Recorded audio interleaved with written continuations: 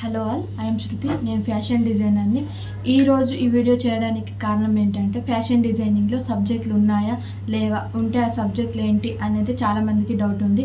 అందుకోసం అని చెప్పేసి నేనైతే ఈ వీడియో చేస్తున్నానండి. ముందుగా మన టాపిక్లోకి వెళ్ళే ముందు మన ఛానల్ని ఎవరైతే సబ్స్క్రైబ్ చేసుకోలేదో ఇప్పుడే మన ఛానల్ని అయితే సబ్స్క్రైబ్ చేసుకోండి, లైక్ చేయండి, షేర్ చేయండి. మీరు మన వీడియోస్ని లైక్ చేయడం వల్ల మన వీడియోస్ అనేది వేరే వాళ్ళకు కూడా వెళ్ళిపోతాయండి.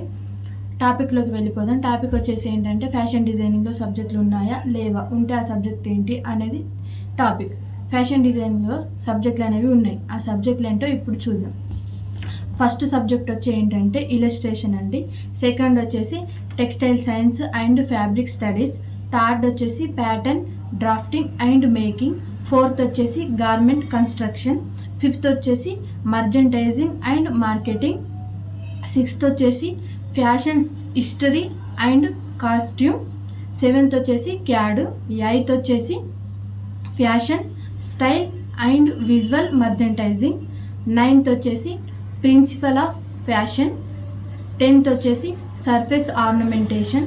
11th వచ్చేసి డ్రేపింగ్. 12 వచ్చేసి ఫ్యాషన్ పోర్ట్ఫోలియో. ఇవైతే సబ్జెక్టులు అండి. ఫ్యాషన్ డిజైనింగ్లో మనకు ఉండే సబ్జెక్టులు ఇవి.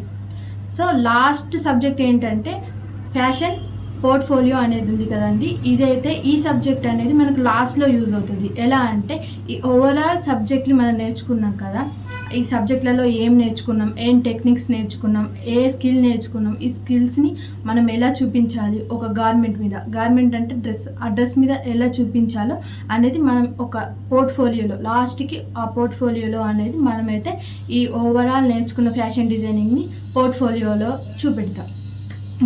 ఇదండి టాపిక్ అనేది.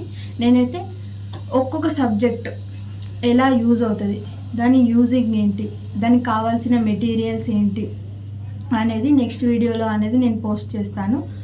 థ్యాంక్ యూ అండి.